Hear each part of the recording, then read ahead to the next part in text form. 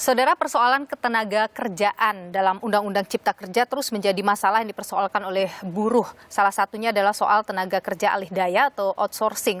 Pemerintah, saudara, dianggap menyampingkan hak buruh. Salah satunya dengan tidak ada batas waktu kerja sebagai outsourcing, kemudian juga di Undang-Undang Cipta Kerja tidak memberikan batasan apa pekerjaan yang boleh di-outsourcingkan. Benarkah demikian, saudara? Kita coba perbincangkan hal ini bersama dengan Dirjen Pembinaan Hubungan Industrial dan Jaminan Sosial Tenaga Kerja, Kementerian Ketenagakerjaan, Indah Anggoro Putri. Ibu Indah, terima kasih sudah bersama Niluh. Sehat selalu. Selamat Hari Idul Fitri, Bu Indah. Terima kasih Mbak Niluh, selamat Hari Idul Fitri, mohon maaf lahir dan batin. Bu Indah, Undang-Undang Cipta Kerja ini masih terus dipersoalkan, dianggap tidak sepenuhnya berpihak pada buruh. Tanggapan Anda? Sebenarnya itu tidak benar ya, karena sebenarnya Undang-Undang Cipta Kerja diterbitkan justru untuk meningkatkan pelindungan bagi para tenaga kerja atau buruh secara menyeluruh. Nah, kalau boleh saya jabarkan sedikit ya Mbak ya, bagi tenaga kerja yang belum bekerja, Undang-Undang Cipta Kerja ini mengatur beberapa hal terkait bagaimana kemudahan berusaha dan berinvestasi yang sehat, sehingga hal ini diharapkan dapat memperluas kesempatan kerja. Kemudian Undang-Undang Cipta Kerja mengatur pelindungan bagi pekerja yang sedang bekerja, terutama, nah ini yang menariknya, perlindungan bagi pekerja PKWT, perjanjian kerja waktu tertentu. Ini diberikan peningkatan pelindungan Mbak di dalam Undang-Undang Cipta Kerja. Nah, kemudian pelindungan bagi pekerja yang berhenti hubungan kerjanya atau katakan ter-PHK, Undang-Undang Cipta Kerja ini juga bagus sekali karena ada pengaturan yaitu jaminan kehilangan pekerjaan, di mana manfaat JKP adalah betul-betul bagi mereka yang korban PHK, dan manfaatnya ini ada 3. Manfaat uang tunai atau cash ketika si korban PHK sedang mencari pekerjaan lagi, kemudian manfaat pelatihan kerja supaya ada reskilling, upskilling untuk dapatkan profesi baru mungkin ya. Kemudian juga manfaat mengenai akses informasi pasar kerja atau akses lowongan pekerjaan. Jadi secara komprehensif sebenarnya pelindungan diberikan melalui Undang-Undang Cipta Kerja.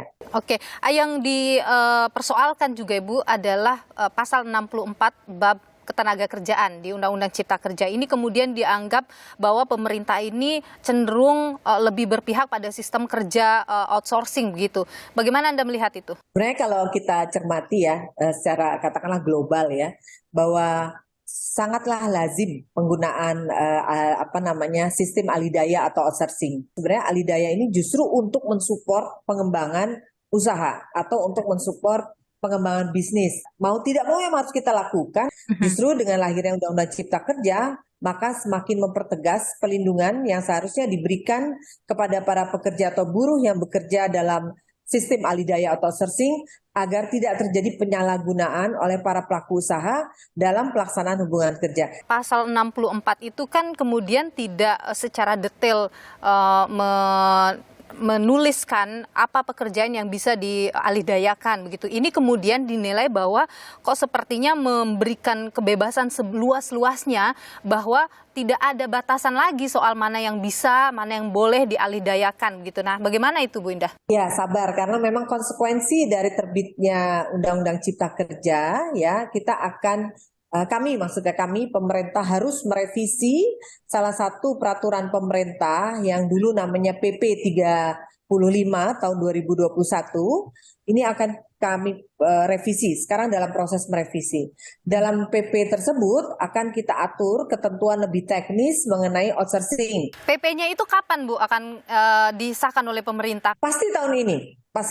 Tapi kita dalam proses nggak membuat. Oke, Bu Indah, kalau sekarang data yang dimiliki oleh Kementerian Ketenagakerjaan ada berapa sih perusahaan alidaya di Indonesia dengan jumlah tenaga kerjanya ada berapa banyak, Bu? Kalau jumlah perusahaan yang tercatat sebagai perusahaan alidaya, menurut data kami ada 2.818. Jumlah tenaga kerjanya? Jumlah tenaga kerjanya memang yang di data kami itu belum terdaftar secara resmi ya angkanya ya, tapi memang lumayan banyak. Dari 2.818 perusahaan outsourcing itu ya bisa dibayangkan mungkin kali 5 aja udah 10 ribuan ya jumlah tenaga kerja outsourcingnya. Upah mereka kemudian jaminan sosial yang mereka dapatkan sudah layak kah Bu? Karena pada banyak informasi juga di luar bahwa banyak yang kemudian tidak memberikan hak secara benar begitu kepada tenaga kerjanya. Kami di Kementerian Ketenagakerjaan kan ada tenaga pengawas namanya ya, pengawas tenaga kerja. Nah ini secara rutin pasti akan melakukan pengawasan di seluruh Indonesia bagi tenaga-tenaga kerja yang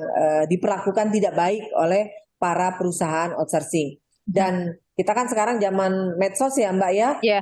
masyarakat dengan gampangnya juga bisa melaporkan melalui beberapa kanal media sosial kami. Ada laporan-laporan hal seperti itu terjadi, Bu? Ada saja lah laporan seperti itu, tapi kita melakukan pembinaan dulu ya, kemudian kita lakukan tindakan jika memang terbukti mereka bersalah.